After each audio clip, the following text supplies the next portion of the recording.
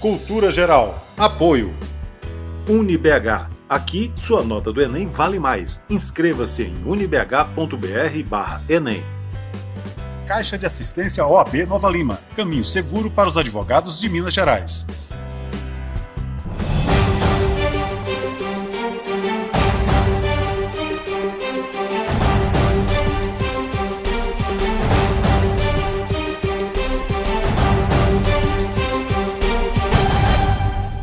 Olá, sejam todos muito bem-vindos ao Cultura Geral. É sempre um prazer fazer o Cultura Geral aqui na TV Banqueira, também na Rádio Cultura de Curitiba. Hoje a gente vai falar um pouquinho de educação, violência, comportamento. É sempre muito importante tratar desses assuntos aqui. E hoje a gente está recebendo aqui o professor doutor Michel Canuto. A gente vai falar um pouquinho disso tudo, porque não é de hoje que a gente precisa discutir a violência, principalmente no campo da educação, nas escolas, no comportamento das pessoas. É sempre um prazer. Professor, seja muito bem-vindo. É um prazer te receber aqui no Cultura Geral para a gente poder tratar desses assuntos que têm custado tão caro para a sociedade brasileira, né? Olá, Ederson. Tudo bem?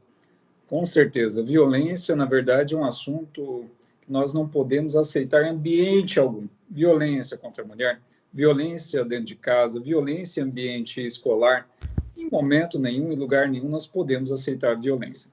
O bullying, ele tem as suas particularidades. Na verdade, quando nós estudamos o bullying, ele é um assunto muito corriqueiro, tanto da agenda pública quanto das agendas privadas. Mas no ambiente escolar, ele é constituído por várias partículas, e essas partículas, elas têm atos de violência, atos de ofensa, atos de discordância. Então, tudo isso ele faz com que todo o ambiente escolar, familiar, ele entre em uma questão de desestabilidade. Então, pais, alunos e professores, sobretudo, têm essa consequência, né, do qual que é o ato reflexo de uma violência, o que nós podemos ter de ato negativo de uma violência, se é que podemos taxar como ato negativo, porque não existe o lado positivo de uma violência. Geralmente, esse agressor, dentro do ambiente escolar e também fora das escolas, porque nós vivemos esse período pandêmico, ele sofre ameaças, agressões físicas, verbais, sexuais também, em alguns casos, tem os relatos direcionados a isso. E o que nós podemos abstrair disso? O baixo rendimento escolar, a depressão. Em uns casos mais graves ainda, nós temos a ideação suicida, que é o caso da pessoa tirar sua própria vida. Professor, vamos começar de trás para frente, que eu acho que para as pessoas entenderem um pouco da responsabilidade, né, de quem pratica e também de quem não trabalha essa desconstrução dessa cultura. Essa ideação suicida, ela é recorrente? Ela é recorrente. Na verdade, muitas pessoas cometem um erro gravíssimo, né? Cometer suicídio, na verdade, é uma ideação suicida, quando a pessoa já está toda nessa parte de estímulo, preparação para o suicídio. Então, ela é recorrente, sim. Alguns casos que eu já presenciei, inclusive na minha pesquisa de doutoramento, tinha muitas crianças e adolescentes que elas praticavam a automutilação, que eram cortes nos braços, no corpo, em decorrência dessa perseguição dentro das escolas e também por ambientes virtuais de ensino, de educação. Então, a resposta é claramente positiva. Nós temos essa somatização aí, inclusive dentro dessa parte da ideação suicida. Eu queria te fazer uma outra pergunta também. Eu acho que isso reflete um pouco, porque eu lembro que no meu período de faculdade, eu fazendo meu curso superior e tal, eu me deparava com essa pressão muito grande, né? Que a pessoa ela tem uma pressão muito grande, que ela precisa entrar na forma, ela precisa formar. Então, ela precisa me formar. E isso causa um sofrimento muito grande, né? Porque as pessoas usam muito remédio para concentrar, a pressão é muito forte, a pessoa fica com medo de ser reprovada, e aí tem pressão familiar, tem pressão social. Eu lembro que eu fiz aqui uma pauta com o professor Fábio Belo sobre essa coisa do suicídio nas universidades, né, no campo de pós-graduação e mestrado e doutorado, né, aqui da UFMG, que tinha aumentado demais. A gente pode trazer para esse campo também sua pesquisa, assim, pensando que é uma forma de pressão muito grande também, né? Também o sistema precisa cuspir essa pessoa fora rápido, né, para dar vagas para outros ali. Como é que a gente pode pensar nisso assim, na condição do aluno, né, que além do bullying, ele sofre um bullying institucional, né, que é aquela pressão para ele precisa sair dali dentro daquele período, né? E quando ele até às vezes perde muita oportunidade se ele ficasse mais tempo ali dentro, adquirindo outros conhecimentos. Doutor, sua pergunta é muito interessante porque ela vai de encontro com o momento de pandemia. Quando você menciona momento de pandemia versus pós-graduação estrito sensu, que é o mestrado, doutorado, é justamente isso. O pós-graduando ele possui um cronograma de estudo ali estabelecido, de uma pesquisa que tem data para começar e data para terminar. Tudo intermédio da pandemia foi prorrogado. O que acontece? Aquela pessoa muitas vezes sofre assédio, inclusive institucional, que vai ser a questão do orientador assediando. Você precisa publicar, você precisa de prazo certo, você precisa dar conta disso. Se for bolsista CAPES, começa outra situação, a sua bolsa vai até determinado período. Então, toda essa pressão pode ter um efeito plenamente invertido, plenamente em reverso. Por quê? Em vez da pessoa estar produzindo naquele ambiente de pós-graduação, né, estrito sensu, não, ela vai automaticamente retroceder. Então, a violência, ela não é só o ato quando você empurra ou aplica xingamento a uma pessoa, mas tem essa questão da perseguição também. Muito bem colocado suas palavras. Depois eu quero ter acesso à entrevista do outro professor também, relacionado a esse tema. Você vai gostar, foi muito boa. A gente, voltando um pouco mais também, a gente pensar assim, na questão do bullying especificamente, né? Esse tipo de violência e esse tipo de comportamento, ele pode sofrer ali uma interrupção dos pais, né, das mães, da própria escola. Como é que trabalha isso no âmbito institucional? Na verdade, quando nós trabalhamos a violência escolar, porque hoje eu não falo mais bullying, porque tem uma intermediação bullying, cyberbullying, né? Estamos em época pandêmica, estamos em um momento de uma pandemia, então não temos mais a escola em si. Mas quando você traz o papel da escola versus o papel da família, são duas questões plenamente que necessitam trabalhar em harmonia.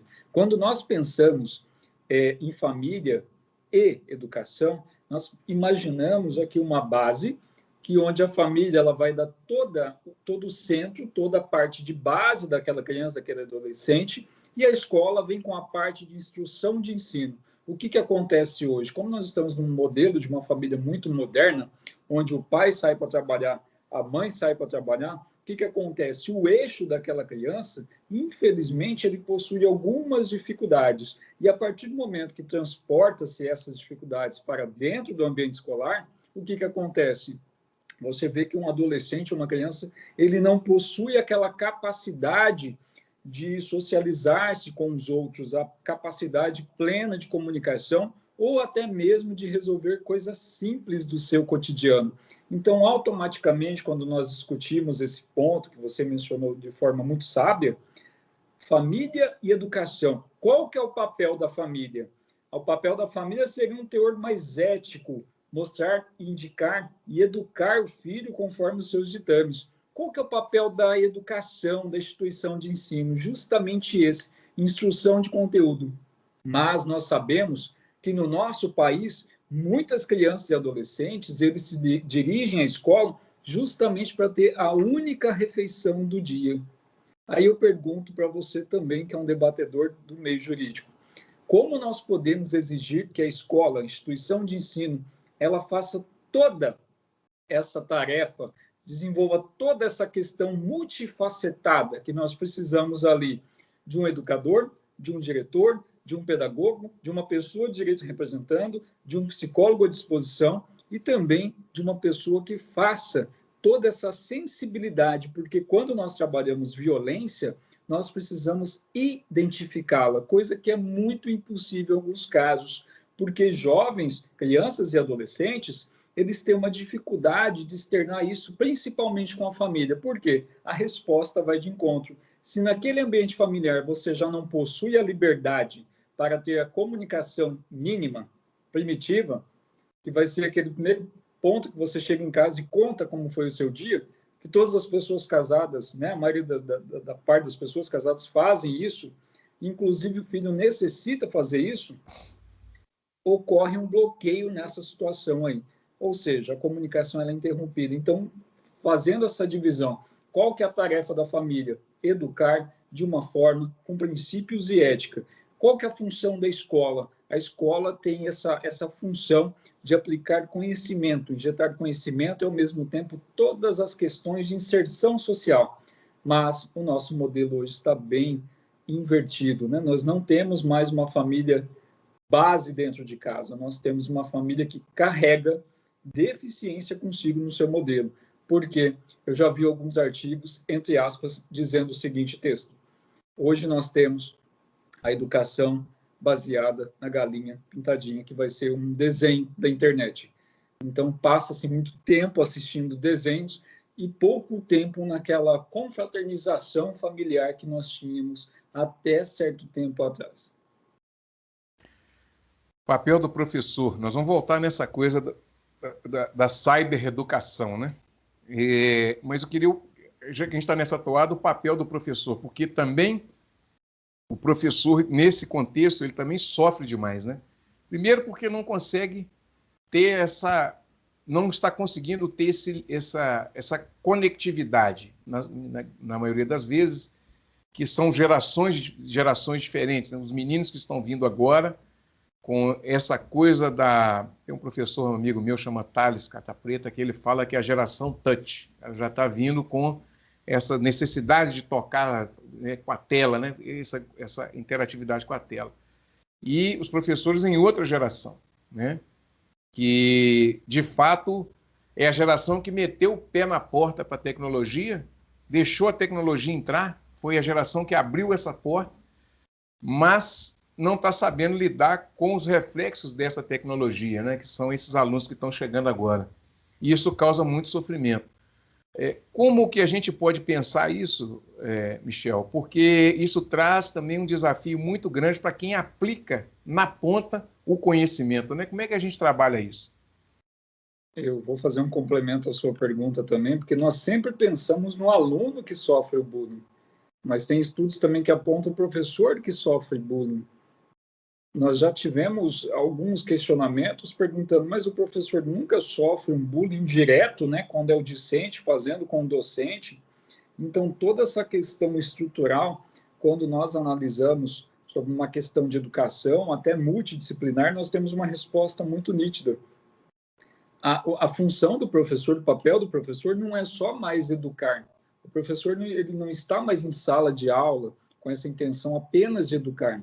Quando nos deparamos com uma situação dessa de bullying, ou cyberbullying dentro de um ambiente escolar, ou até outro tipo de violência, porque nós não podemos esquecer também que existe a violência em função de drogas e todas as outras movimentações violentas acerca da escola. Então, o papel do professor não é mais único. O professor antigamente lecionava conteúdos, hoje não. Ele tem que fazer toda essa mediação dentro da escola para que aquele ambiente escolar não se torne uma verdadeira guerra. Então, o papel do professor é justamente isso hoje.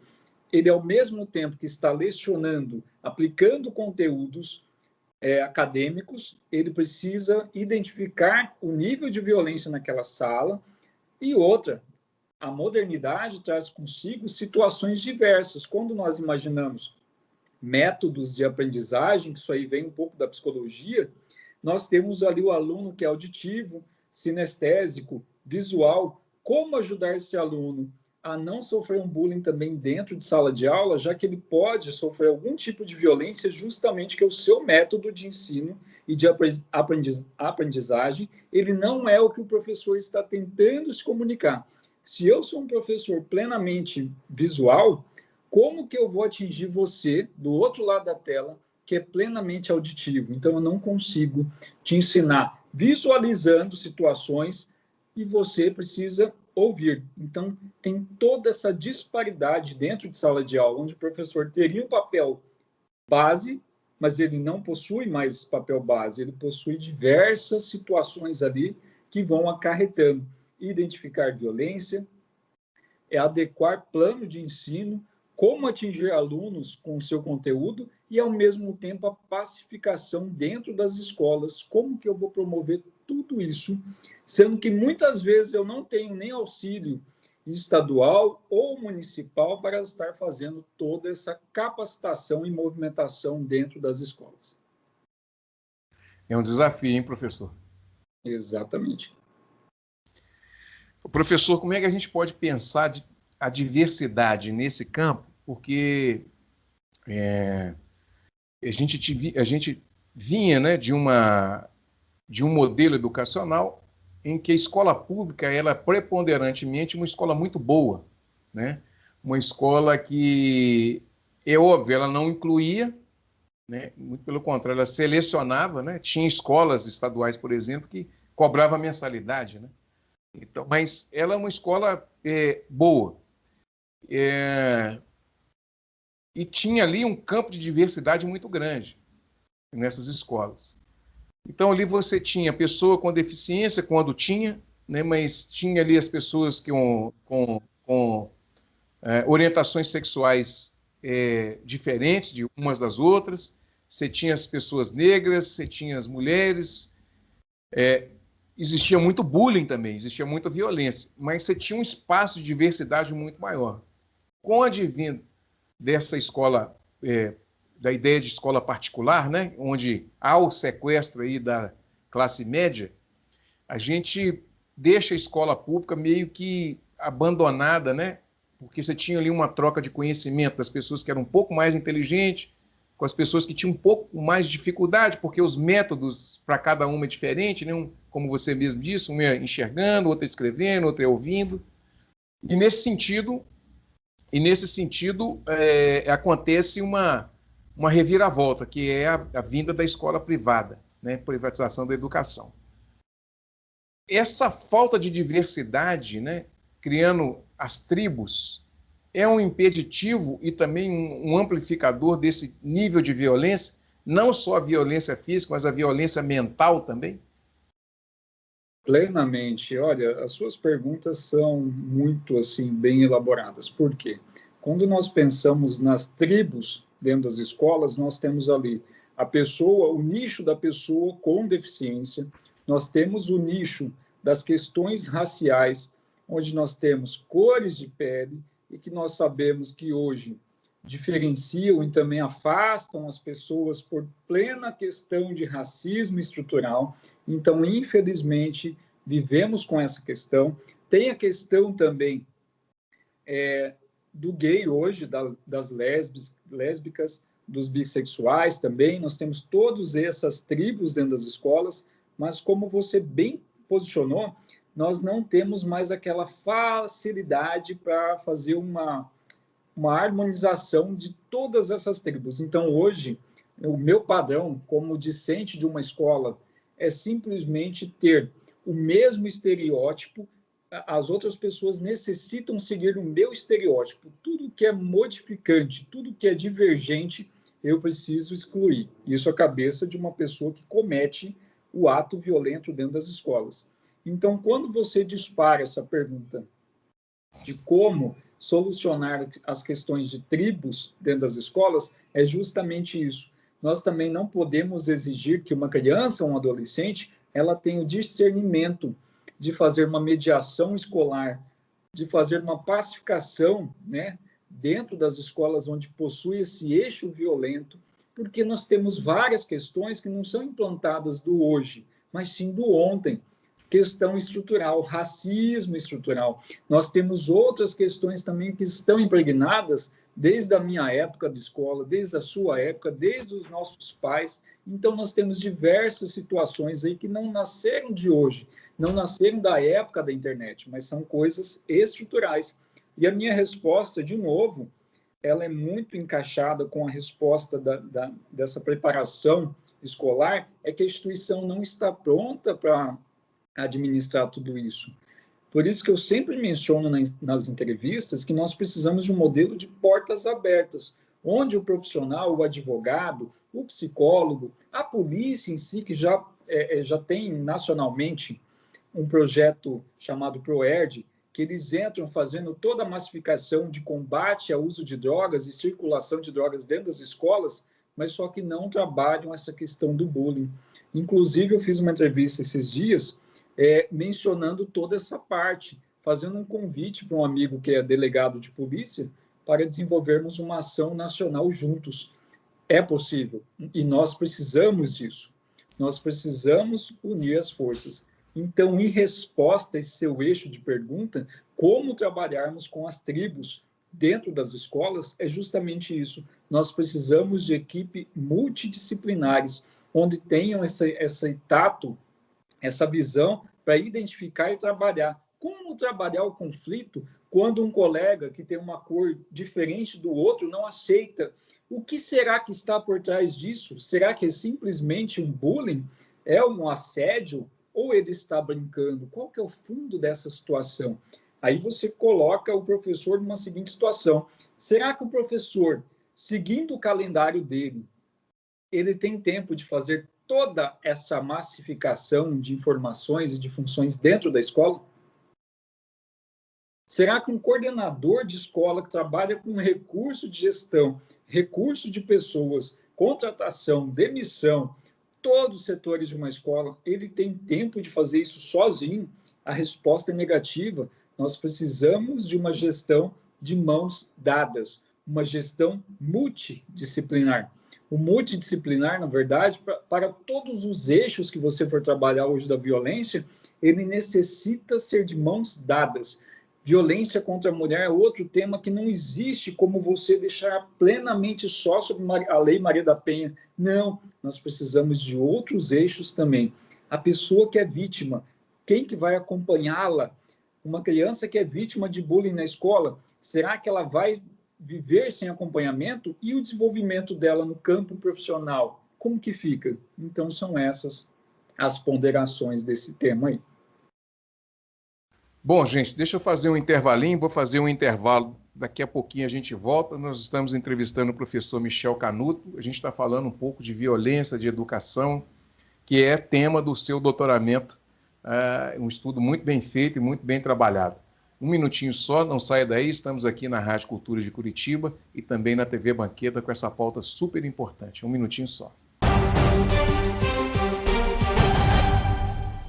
Todos os dias, milhares de pacientes de Nova Lima, Raposo e Rio Acima procuram o Hospital Nossa Senhora de Lourdes para receber atendimento, sendo que 80% deste atendimento é pelo SUS. O Hospital Nossa Senhora de Lourdes é filantrópico e sem fins lucrativos, por isso precisamos de toda a ajuda possível. A sua doação é muito importante para a restauração do telhado do hospital, que é uma das necessidades emergentes. Quando você doa para o Hospital Nossa Senhora de Lourdes, você não estará ajudando somente a restaurar o telhado do hospital, mas também a recuperar milhares de vidas. Quem está lá dentro precisa da ajuda de quem está aqui fora. Você pode doar qualquer valor e, para a sua maior comodidade, a nossa equipe vai até você. Seja um amigo do Hospital Nossa Senhora de Lourdes. Envie a mensagem "Quero doar" para o número que aparece aí no vídeo e saiba como ajudar. Hospital Nossa Senhora de Lourdes. Humanidade, carinho e atenção à vida. Apoio TV Banqueta. A CAP, Casa de Acolhida Padre Eustáquio, trabalha para que crianças, adolescentes e seus acompanhantes tenham amparo e estrutura durante a luta contra o câncer e doenças hematológicas até a sua cura. Com trabalho, empatia, compromisso e transparência, a CAP transforma necessidade em esperança. Faça a diferença na vida das crianças e adolescentes com câncer e doenças hematológicas. Faça parte desta história. Conheça pessoalmente o nosso trabalho. Apoio TV Banqueta. Com fome, fica muito difícil aprender. Por isso, vamos entregar milhares de kits pedagógicos para crianças e jovens e para suas famílias, cestas de alimentos e de material de limpeza. Assim, todos vão estudar protegidos e bem alimentados. Não é fácil, mas com a sua ajuda é possível. Criança nota 10. Proteger a infância é acreditar no futuro. Apoio TV Banqueta. Bom, de volta com Cultura Geral aqui na Rádio Cultura de Curitiba e na TV Banqueta. A gente está entrevistando o professor Dr. Michel Canuto. A gente está falando um pouco de educação, violência no campo macro, né, da educação. A gente pensar esse universo da educação, primeiro, como um ambiente que, de fato, é um ambiente competitivo, um ambiente que traz muita reflexão, traz muitas reflexões, traz muita ansiedade, muita expectativa. Então, assim, é um gatilho muito forte para que a violência apareça. Essa que é a realidade, né? Todos nós sabemos disso. Professor, eu queria entrar agora no campo da digitalização da educação, ou da digitalização do ensino. Para a gente começar a falar de o que é o cyberbullying e como é que a gente pode imaginar essa ideia de cyberbullying, já começando também que nem todas as pessoas tem acesso, né, a essa... Olha, para você ver que a gente vai ter que falar, esse privilégio de ter uma coisa que seria praticamente hoje um direito do homem, né, ele ter uma conexão com a internet gratuita, né, isso já é um direito quase que já deveria ser um direito universal, né, como a água e como a energia elétrica, por exemplo, e isso acaba sendo cerceado. Então, a violência já começa aí, quando a pessoa não tem nem acesso a isso, né? Exato. Mas, partindo do princípio que ela tenha, quais são os tipos de violência que a gente pode pensar nesse sentido? Olha, interessante a pauta de hoje, porque hoje à tarde eu estava finalizando um e-book, um livro que vai ser distribuído nacionalmente, e o título dele é Do Bullying, Cyberbullying ao Suicídio.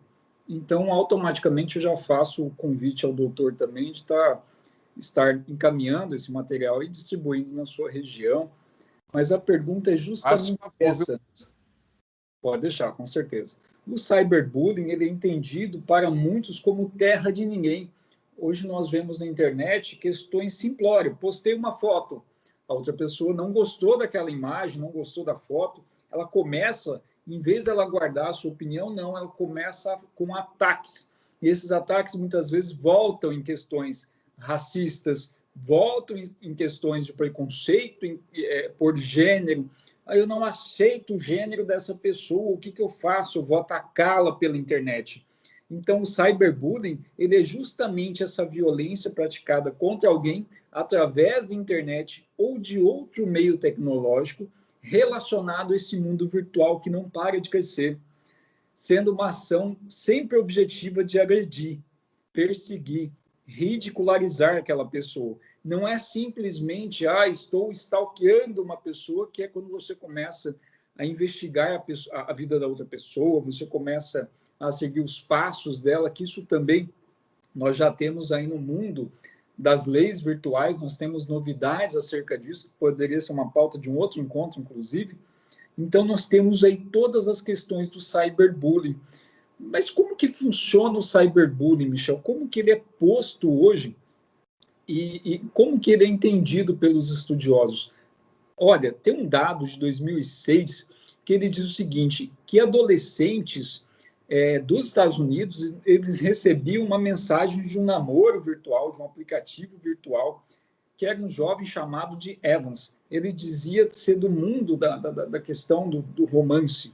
E todo o desdobramento dessa situação que surgiu em 2006 era um relacionamento que tinha início numa rede social. Tá? Então, essa rede social, na verdade, ela estava coletando informações das pessoas, das meninas que se relacionavam com esse sujeito, que, na verdade, ele não existia, era um personagem virtual, e depois tinha vazamento de informações vulgares, de fotos, de mídias vulgares. O que acontecia? Ideação suicida nas últimas situações. Por quê?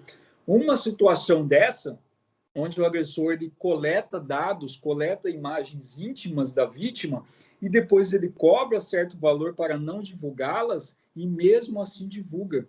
Como que a pessoa que tem um âmbito familiar ali de respeito e muitas vezes já uma pessoa adulta, em ambiente de trabalho, como que ela vai fazer para administrar um escândalo tão grande desse?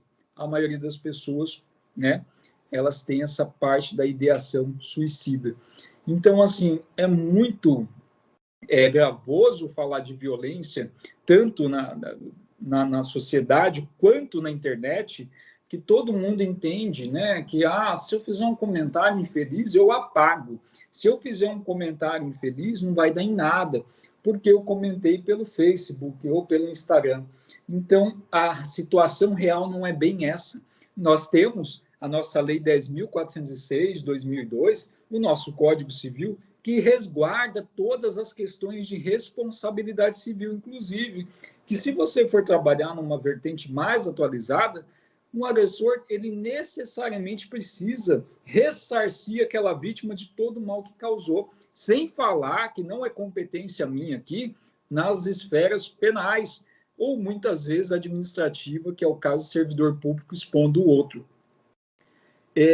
Na condição de jurista, eu presenciei esses dias uma situação de uma universidade pública onde um professor perseguia o outro o tempo todo e tentava tirar os benefícios do outro, alegando que em dias de licença ele estava justamente tomando um sol na piscina. Então você imagina a que ponto estamos chegando. Nós não estamos mais utilizando a perseguição, a violência, a repetição desses atos simplesmente em questões pessoais, presenciais.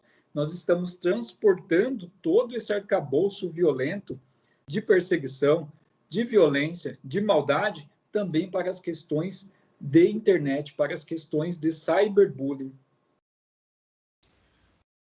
Criança e a digitalização da educação. A gente vê aí, por exemplo, os pais, né, dando tablets, smartphones com uma capacidade muito grande, tudo. E a gente tem que ressaltar que a gente não é contra a tecnologia, né? Muito pelo contrário, nós somos muito a favor da tecnologia. Aqui no programa, então, sem a tecnologia, nós estaríamos fazendo essa entrevista. Então, a gente é muito a favor. O que a gente discute é até que ponto e até quando é benéfico essas tecnologias, até quando ela é maléfica. Então, a gente pensar, já tem estudos, né, específicos falando das idades das crianças, quando que ela pode ter o acesso, de que forma que ela pode ter o acesso e como que ela deve ter o acesso, né? E isso é muito importante porque já tivemos nessa semana, ontem especificamente, uma pauta falando exatamente desse desenvolvimento infantil, né? Então hoje, terça-feira, a gente está aqui para tratar exatamente desse assunto, que é a consequência daquilo que nós falamos ontem, né, com a doutora Edinizes, né? Então, entender um pouco mais disso com relação à educação infantil é muito importante, porque a digitalização está aí, é um caminho sem volta, mas precisamos educar os pais. Os pais precisam entender a responsabilidade que é essa digitalização, né, professor? Exatamente.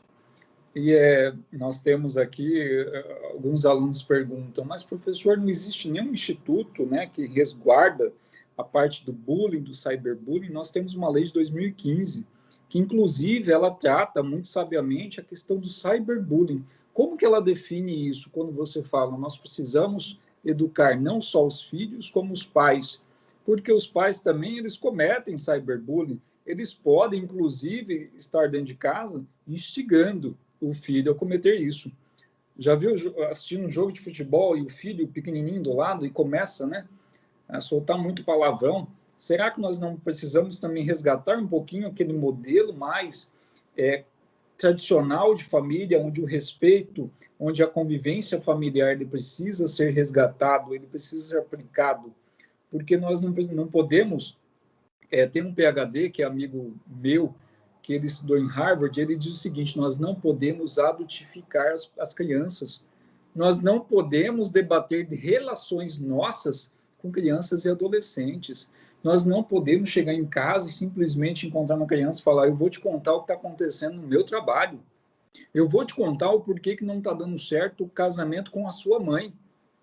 Eles não estão prontos para isso. Então, as suas palavras são muito sábias. Nós precisamos educar os pais no uso da tecnologia, porque o tempo todo a tecnologia ela é essencial para o nosso crescimento hoje, porque quando nós utilizamos aqui uma entrevista, você está em um estado, eu estou em outro. Como poderia ser possível uma entrevista dessa hoje, inclusive em época de pandemia? Não seria possível. Então, isso advém da internet. Como seria possível uma pós-graduação hoje estar tocando aula online? Não seria possível. Tudo isso graças à tecnologia. Não vamos distante. Crianças e adolescentes hoje, dentro de suas casas, tendo acesso a material de estudo, estão estudando em casa. Mas existe uma questão chamada excesso. Quando o excesso ele é aplicado, justamente aquele que tinha necessidade, aquele que tinha obrigação de agir como moderador dentro de casa, ele não consegue. Aquele que tinha que automaticamente colocar limites, impor limites, não. O uso da internet, do computador, até certo ponto ele é sadio. Nós precisamos desenvolver o nosso lado humano. Nós precisamos desenvolver as nossas relações interpessoais e não as relações só cyber, só internet. Não existe esse modelo, mas é um modelo que está se manifestando. Então, as suas palavras são muito inteligentes quando você diz: precisamos educar os pais.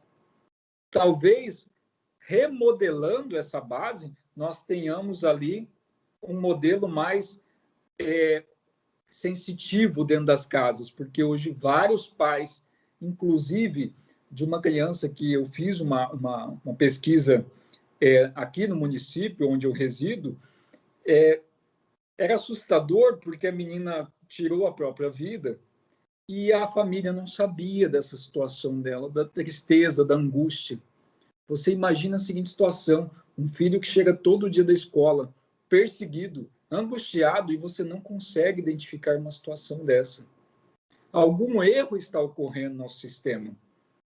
E quando nós colocamos essa responsabilidade apenas acerca de instituição de ensino, eu acho que também tem um erro grave. A instituição de ensino, nós sabemos que ela está trabalhando em superlotação também, e com pouco pessoal técnico. Nós não temos equipes multidisciplinares.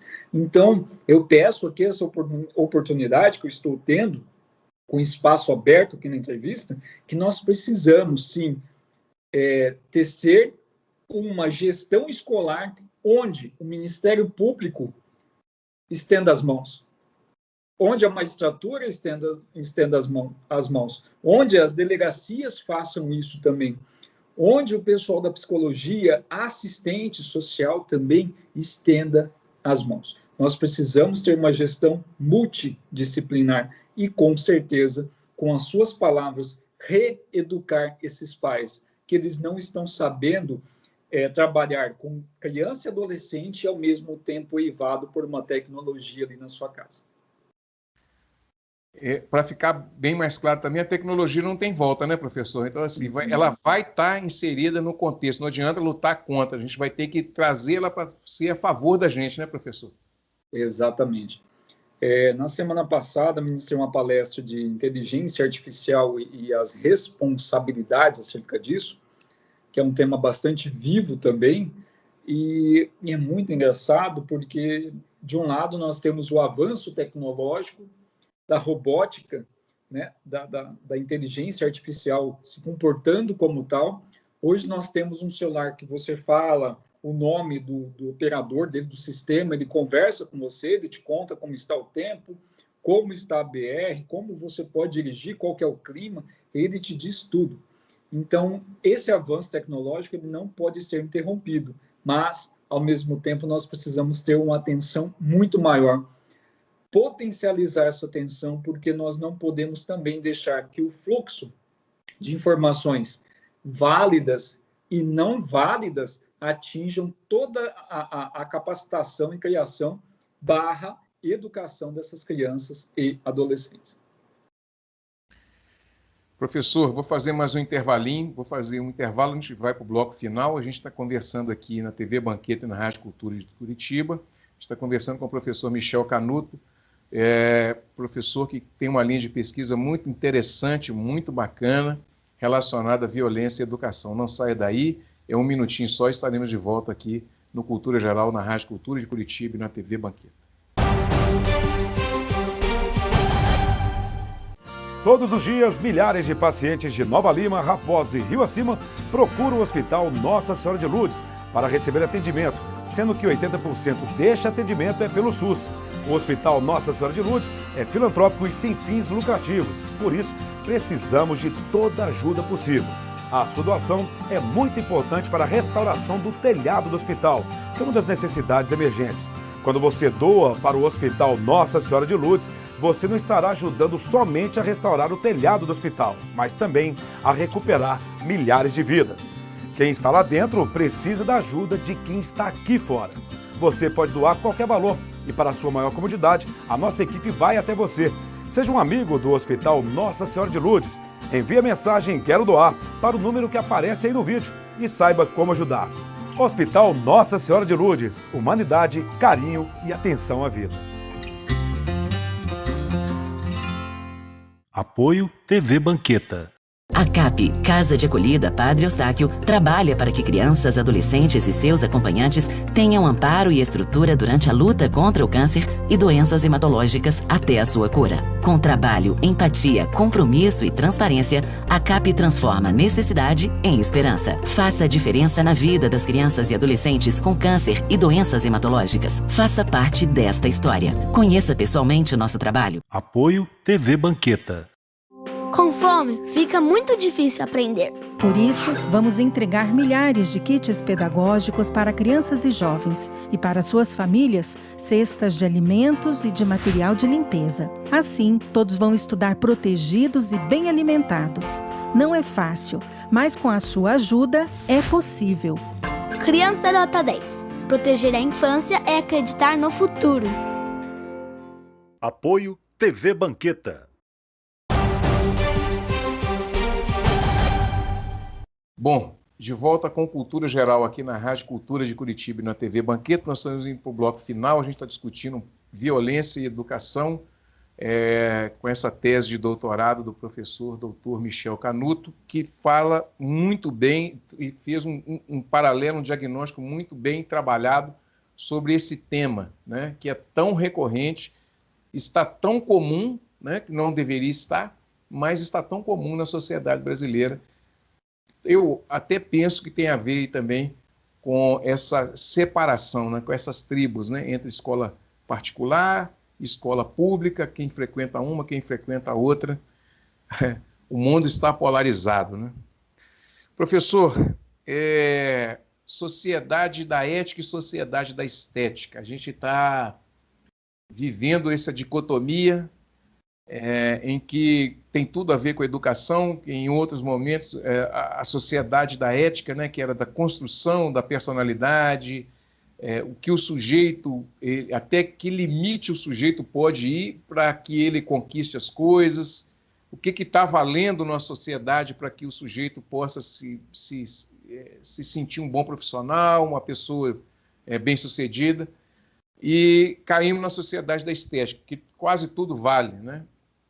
Quase tudo é válido. Então, como é que a gente pensa isso no campo da educação, nesse campo da violência, nesse campo que é tão traumático, né, que é o do bullying, da violência contra as pessoas, e assim a gente vai tentando construir essa sociedade tropeçando, né, nessas condições todas que nos são nos impostas, né? A sociedade da estética, como você bem colocou, na verdade, ela é uma imposição de um padrão físico, social, que as pessoas seguem cada vez mais isso. Isso é muito comum entre adolescentes, porque eles têm uma ideia formada que essa fase da adolescência para uma universidade, para um curso superior, é justamente a chave da riqueza ou do sucesso. E nós sabemos que todo degrau que nós passamos pela nossa vida, ele tem que ser muito bem calculado e nada vem assim como se fosse um manjar, né? Nada vem de mão beijada. Então, nós temos, inclusive, de novo, na sua fala, identificação de todas essas falhas aí que estão contidas também dentro das casas. Por quê? Os pais eles não estão mais fazendo essa instrução. automaticamente quem está fazendo toda essa instrução e também o mapeamento do destino do adolescente ali, inclusive, são os colegas. Aí começa uma divisão. O meu colega comprou um celular da marca X, eu não tenho, então eu sou inferior. E isso começa um conflito dentro da sua casa também. Esse conflito vai para a casa daquele adolescente e reflete na questão escolar também. E o que nós podemos imaginar de tudo isso? Quando uma criança ou um adolescente ele não se sente bem encaixado em um nicho, automaticamente ele vai se afastando de coisas simples, porque ele chega na casa dele, ele não consegue ter desenvolvimento estudantil, ele não consegue ter concentração nos seus estudos. E automaticamente, quando necessita de um pai, de uma mãe, ou de um representante ali fazendo toda essa questão, ele não encontra também. Então, automaticamente, ele vai ter essa falha, ele vai ter toda essa deficiência.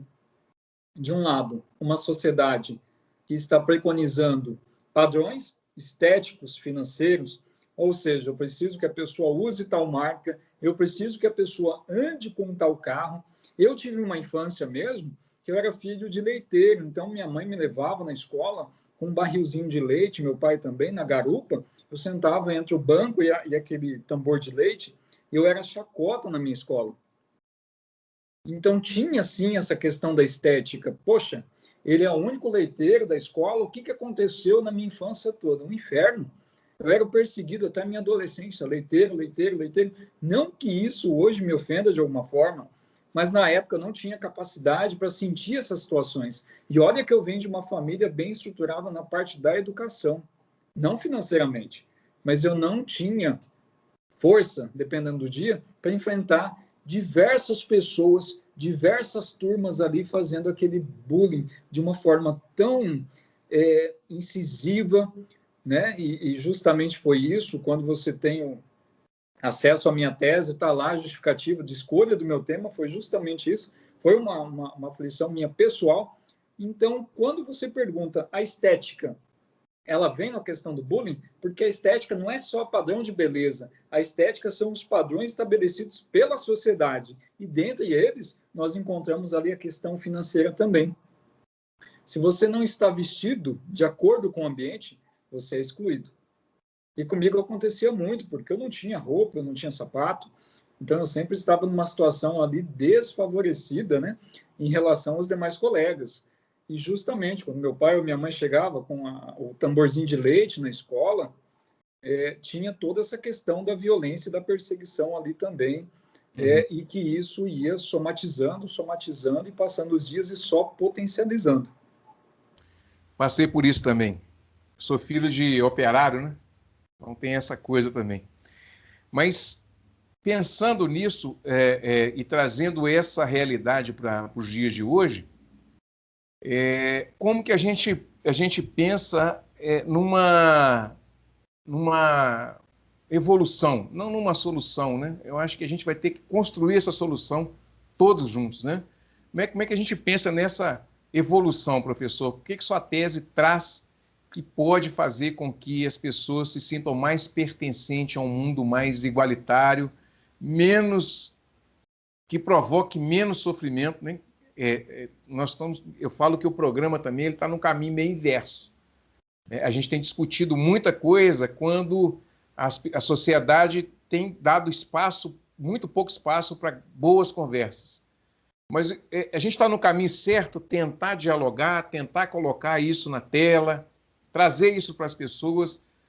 Como é que o senhor vê tudo isso e qual é a solução ou qual é a perspectiva que você traz de futuro dentro da sua tese?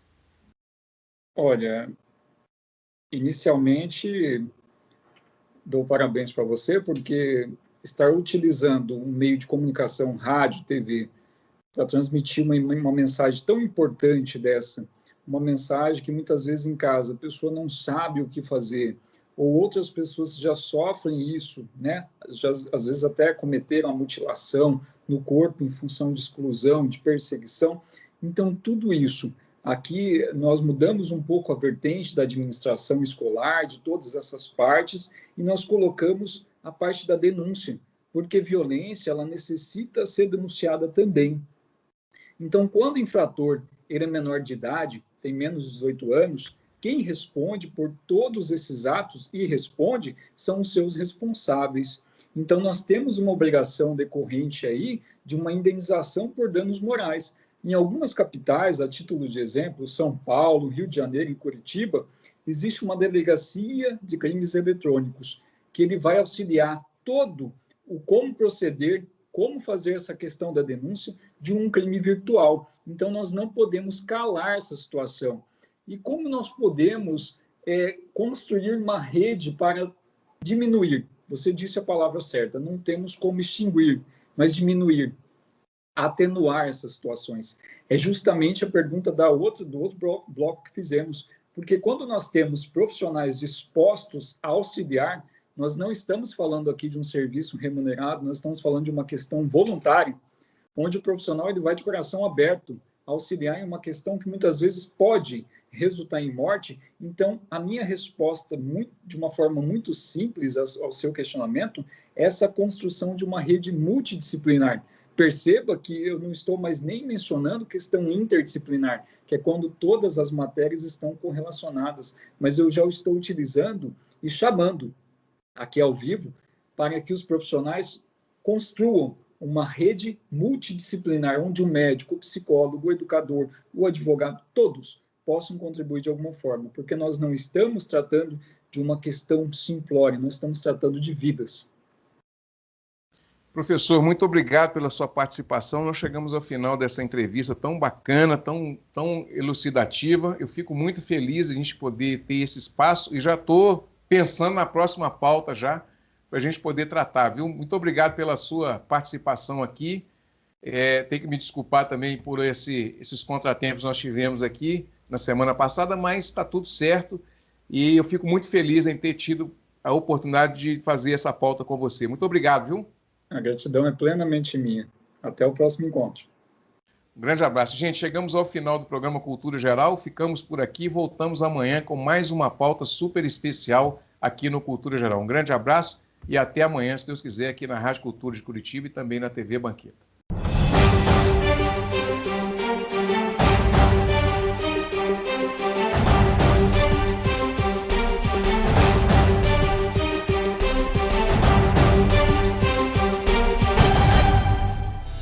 Cultura Geral. Apoio.